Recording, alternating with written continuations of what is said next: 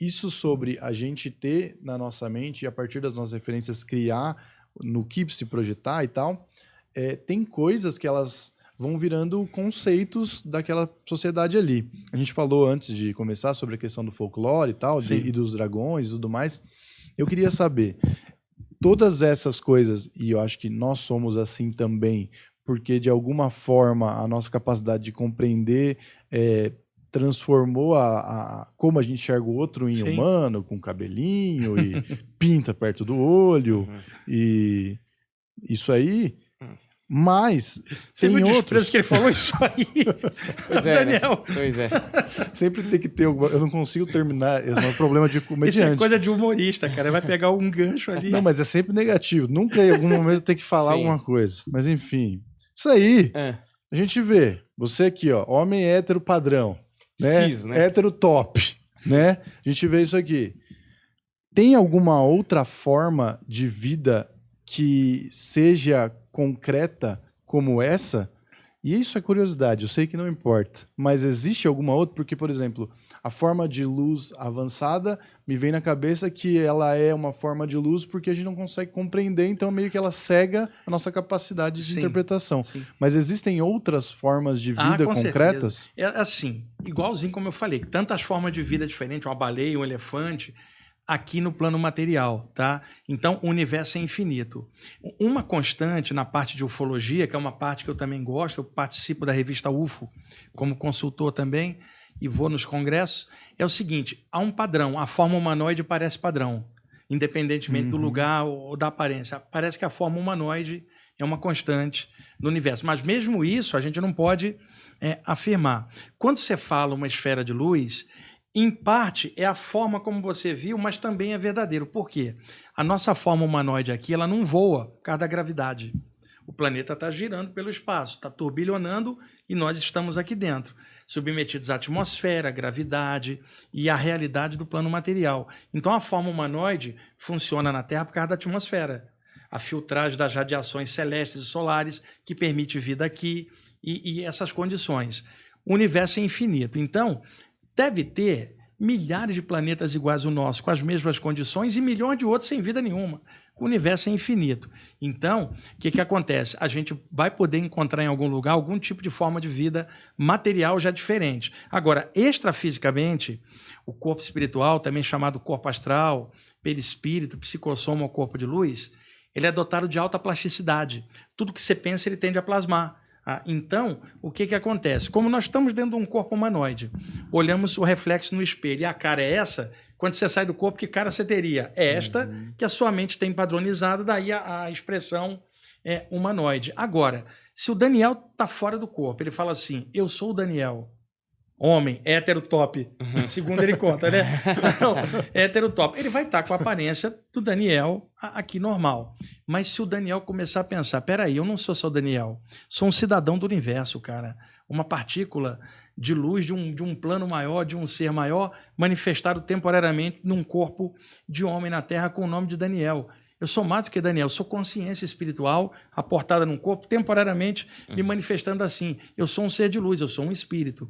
Nesse instante que a mente do Daniel quebrou o padrão antropomórfico da ideia, o corpo espiritual dele toma a forma de uma esfera de luz. Aí você entende que espíritos avançados estão há tanto tempo sem a forma humanoide que eles não conseguem conceber isso. Então você vê como uma forma de luz. Agora, muitas vezes ocorreu de um ser desse, ao vir na minha direção, tomar a forma humanoide com a qual ele viveu, para que eu pudesse percebê-lo mais fácil. Isso sim, porque a percepção dele no nível dele, para mim, não seria suficiente, a não ser que eu estivesse lá. Mas como era ele que estava vindo de lá, ele condensava e tomava a forma.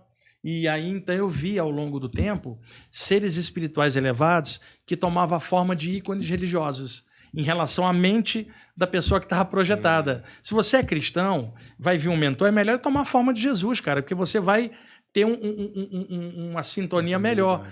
Você é budista, é melhor que o cara tome a forma do Buda. Agora, se sua cabeça é aberta, ele aparece do jeito que ele é. E eu não estou dizendo que Jesus ou Buda nem possam aparecer, pode. Eu só estou dizendo que o universo é infinito e há esse tipo de plasmagem. Agora, a pergunta do Humberto, invertendo ela para o lado negativo, tá, Humberto?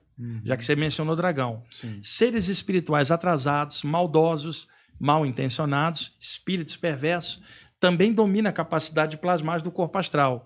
E eles tomam a forma dos ícones de medo e terror que as pessoas têm aqui, porque sabem que isso causa medo. Então, qual é a referência que a gente tem de diabo aqui? Sabe o diabo padrão, standard, top? Vermelhinho, chifrinho, capa de feltro, tridente na mão, barbicha clássica, o capiroto. Sabe aquele diabo standard, conservador? Né? É o padrão. É o padrão top, né? Então, se uma pessoa tem a ideia do diabo muito frequente, tem muito religioso que fala mais de diabo do que de Jesus, e isso não é uma crítica, é constatação social, normal, né, antropológica, pode até estudar isso. Então, se você, Humberto, quer meter medo no Daniel, e você sabe que o Daniel tem medo de determinado personagem, o que você faz? No escurinho, você veste a roupa do personagem, você sabe a hora que o Daniel olhar, vai bater o medo. E alguém com medo, você domina ele facilmente. Então, uma das táticas das obsessões espirituais, indução de ondas de medo, tomando a forma daquilo que as pessoas têm medo. Então, a forma do diabo, muitas entidades tomam essa forma. Por que essas formas não aparecem nem na Índia nem na China? Porque não se acredita no diabo. Mas lá eles têm os ícones religiosos dele. O Buda foi tentado por uma entidade chamada Mara, que era um cara azulado, tentador. Que o Buda embaixo da árvore Bo, tentando se iluminar, e esse cara jogando imagem de mulher pelada na cabeça dele. Quer dizer, o tentador. Mas ele não era vermelho nem chifrudinho. Então cada cultura desenvolveu isso. E fora que a figura do diabo está muito atrelada com a serpente, o dragão, então daí é uma festa para obsessores tomarem forma de dragão. Por isso você fala falange dos dragões que habita os reinos inferiores. Até chegar um mito de gente dizer que tem dragão físico embaixo da terra. Aí é uma outra história. Fica mais lógico você falar nisso no plano extrafísico, mais denso, pesadão, né? Aquele formato icônico que aqui uma entidade toma para meter o medo e dominar outros espíritos, aí fica mais lógica a explicação. Então, o plano espiritual, as pessoas podem adotar formas diversas. Se você está de frente com o Daniel e olha para ele, você consegue perceber que ele é uma pessoa, ele não é um diabo nem um dragão, mas uma pessoa plasmada. Eu vou contar um caso de pequeno que serve bem de influência. No Carnaval do Rio de Janeiro, onde eu cresci, eu nasci em 1961. Então, lá por volta de 67, 68, eu tinha 6, 7 anos, os meus pais levavam eu e meus 2 irmãos para os bailes matinais, né? Na parte da tarde, matinê. Naquela época, o mais pesado que tinha era lança-perfume.